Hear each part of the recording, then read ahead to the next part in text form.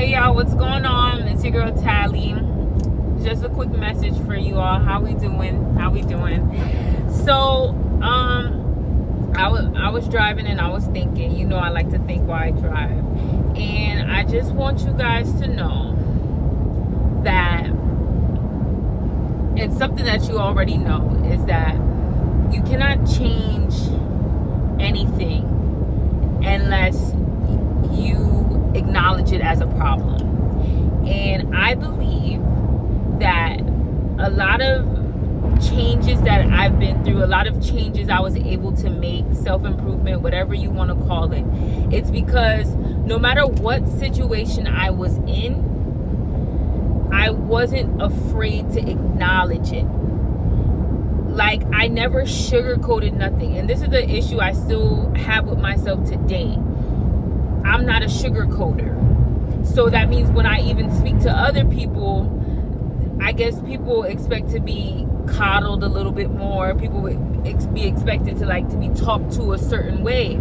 And I struggle with finding that finesse way. It's not because I'm not kind. People are not even looking for kind. People are looking for nice. You're looking for people to be nice to you, but just because someone's nice to you doesn't mean they care for you. Doesn't mean they're kind. They're a kind person. But someone who's kind, they're gonna tell you what you need to hear, no matter what, because they want what's best for you.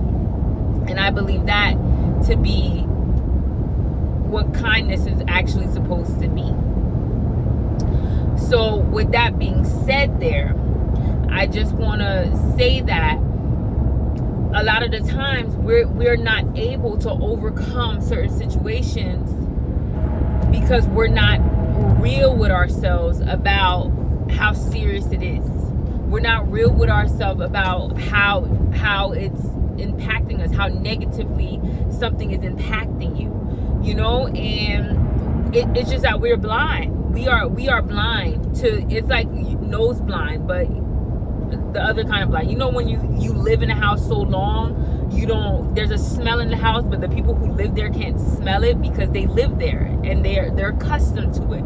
So there's a lot of problems and issues you may not even realize, you may not know you have, or it's causing you issues in other areas of your life, but you don't even know where it stems from. You don't know the root of it because you live with that issue so long that you don't see it as a problem. You don't smell the odor anymore. And that's a dangerous place to be in. I'm not going to lie to you. It's a dangerous place to be, to have an issue that's affecting you, but you don't even know where the root cause of it. You're going to need a lot of prayer. It's going to take prayer. You're going to ask God. You need to ask God to reveal to you, the heart, the condition of your heart, to reveal to you the things that you need to change. And I know God is faithful and He's going to reveal it.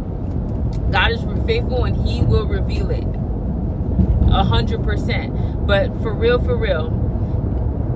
things I'm able to change was because I was able to be real with myself. If you're not able to be real with yourself and you're not willing to even hurt your own feelings about things that are not good for you, then it's going to be an issue. It's going to be a bigger issue for you to be able to change things in your life. Because when I wanted to do whatever I wanted to do, when I wanted to date whoever I wanted to date, when I wanted to smoke, when I wanted to drink, when I wanted to party, I never told myself, oh, there ain't nothing wrong with this. I'm just having fun time to time. No, I always kept it real. I always kept it real with myself. And I said, listen, I'm doing this right now. I know this ain't no good. I know I want to change. And I feel like just having that level of honesty with myself, it helped me to be able to change. Be honest with yourself. If it's something that you need to change, but you just don't feel like you have the strength to change at the moment, still be honest with yourself. Still be honest with yourself. I vaguely remember, so I mean not clearly, but I vaguely just remember in my head that, when I wanted to quit smoking weed, this was like back in, I don't know, 2020 maybe. Was it 2020? No, whoa, I'm tripping. 2015 maybe. 2015, 2017, around 2017. I remember that I sat in the car after my serving shift, because if you know me, I was a server for a very long time. I used to serve at Olive Garden, and I think I was like 22 years old. I was 22 or 23 years old. And then I said, God, I want to quit smoking weed. Help. But I knew I didn't. No, I did not say that. See, I didn't say that. I said, God, because I knew I did not want to quit. In that moment, I did not feel like I wanted to quit. So I said, God, help me to want to quit smoking weed. And I prayed that prayer. I backed out of that parking lot, and I went to go buy weed from the weed man. Years later, that prayer worked. Years later, that was a powerful prayer. It didn't take me this long to quit. I feel like I quit that same year, that very same year, or maybe a year after that, I probably quit. I think that very same year or a year after, I quit. But what's the point? The point is, I was real with myself. I knew that weed was something that the woman I pictured myself being in the future wasn't a part of that. I don't know what you guys picture for yourself. But for me, the woman I pictured, she kind of looks like how I look like right now, okay? She probably like 30 pounds lighter, have a little bit more money. You know what I'm saying? She in a relationship with a good man, so she's still coming into fruition. But this is a part of her look, best believe. So the woman that I pictured myself being, today and further on, she did not smell like weed. She wasn't in the morning with glazy eyes going to work, let everybody know that she high.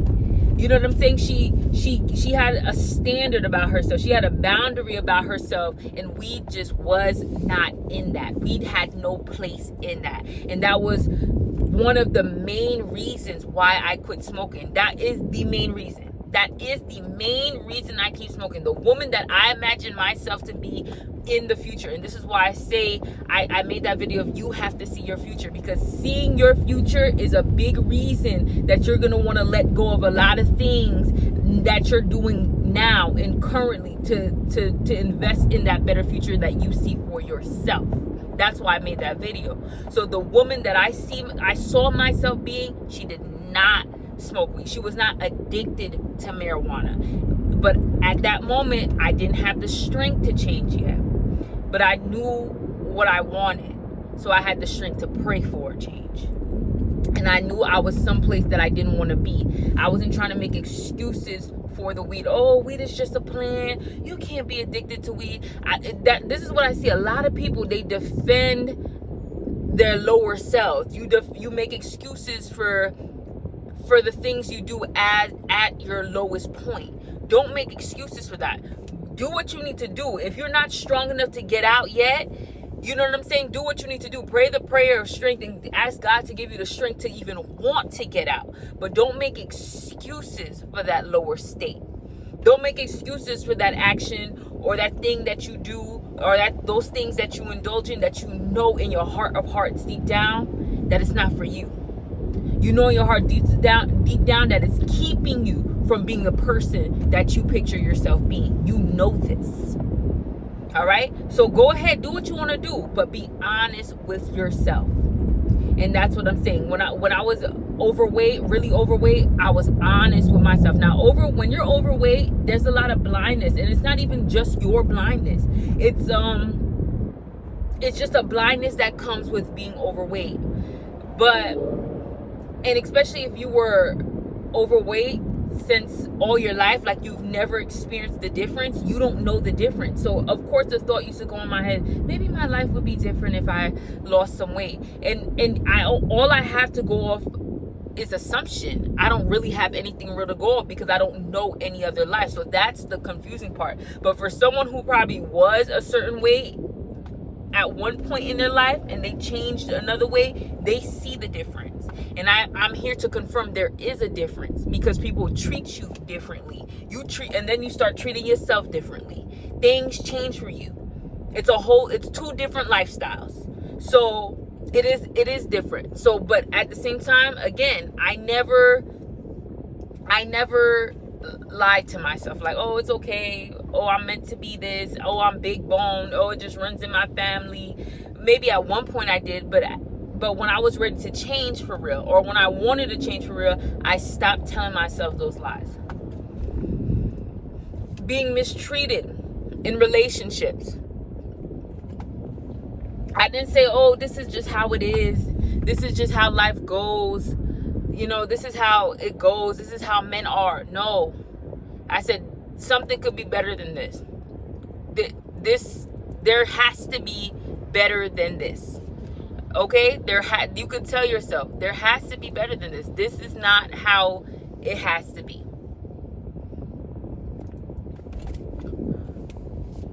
Oh, I have to accept this because of this. No, I don't have to accept this. I can do better. And if I can't do better now, I have to stop this at this point, because that's a lot of times people don't know how to just chill. People don't know how to just, I'm trying to figure out if they're beeping at me. A lot of times people don't know how to be like, you know what, this is not working out. Let me just take a break from this for a while. A lot of people just need to take a break from relationships. If you see a lot of relationships they are like, it's the same, it's going the same way for you, relationship after relationship.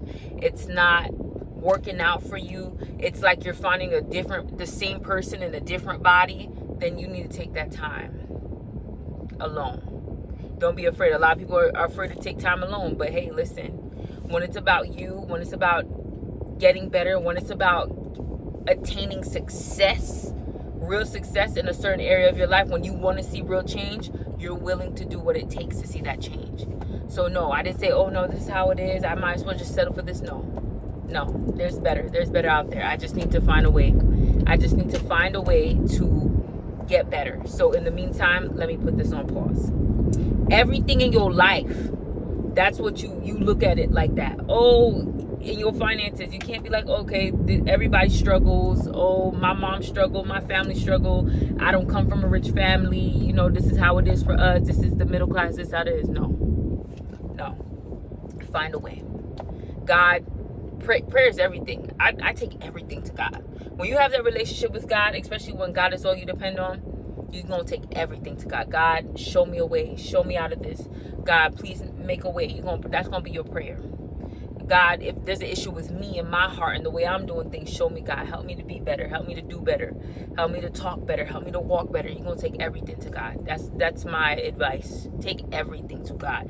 Even if there's certain things that you may not know that needs change about yourself, take it to God again. God, help me to change. God, whatever is in me that's holding me back, reveal it to me.